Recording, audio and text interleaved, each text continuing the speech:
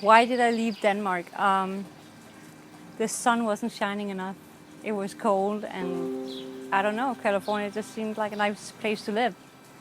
Palm trees and sunny every day. Moving here meant starting all over again. And I moved into a building with a bunch of roommates, a bunch of other students, and it was like becoming a student again when I was 30. It was awesome. Of course, it's great, fun. Linda was very easy to live with. She's also a very creative person. She would often change a lot of things in that little apartment we have, and it would not be uncommon to come home and find out that she had repainted half of the apartment. I think they met, we've been living together maybe 2 or 3 years when they started seeing each other, maybe 4 at that time. Noah was just a guest in the apartment complex, came to visit our downstairs neighbor, and they bumped into each other where we lived there, and started dating after that. I saw her on the staircase. She said hi, and she was covered in paint in all different colors because she was a scenic artist, and it was love at first sight. It was true love at first sight. People talk about that and, see it in movies, and I thought it was all a bunch of bull. But when it really happens sometimes, it's like 1 in a million. So I got 1 in a million, my wife. Yeah, we got married a year after we met.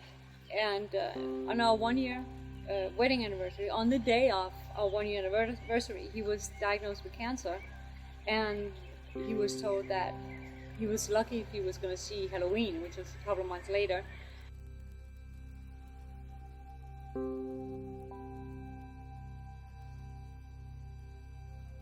We got sick, as we say, because we had to fight it together. So I got cancer at the time, and I was a terminal patient. But we're tough. We've been through so much.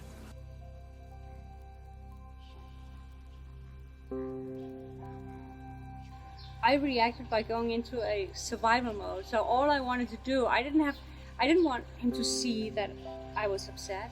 I didn't want him to see the few times that I cried.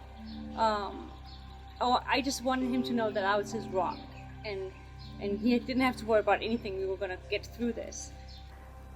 Linda is the epitome of a rock, and I mean that in a good way. If Linda has a challenge coming at her, she will assess it, she will plow directly through it, and just make it as if it wasn't even there. It's almost as if she tells herself, this isn't going to affect my life. My life is not going to be determined by this event, and we will make it through this event. She is not going to stand for cancer in her life or any of her friends' lives or anything like that. She is just going to be like, nope, we're getting through it, we're done. My wife was my angel. I mean, she did everything. She kept me alive. Everything the doctors didn't do, she did. And, family members and some friends. But my wife, I couldn't have survived without my wife. I think, we've seen a lot of people that comes and goes. People come to study and work a little bit and go home again. Not just from Denmark, from all over the place. But Linda has a deeper drive. So even if she falls on hard times, she quickly would find the strength to get on her feet again and keep going with it. I don't know, maybe something what doesn't break you makes you stronger. That could sort of describe her life. So she always moves forward. Even if she falls on hard times from time to time, so she'll move forward. Having fought through cancer and a lot of other stuff afterwards, but mainly through cancer, it leaves you in a state of, I don't give a shit about what anybody says anymore, because nobody can hurt you anymore. Nobody can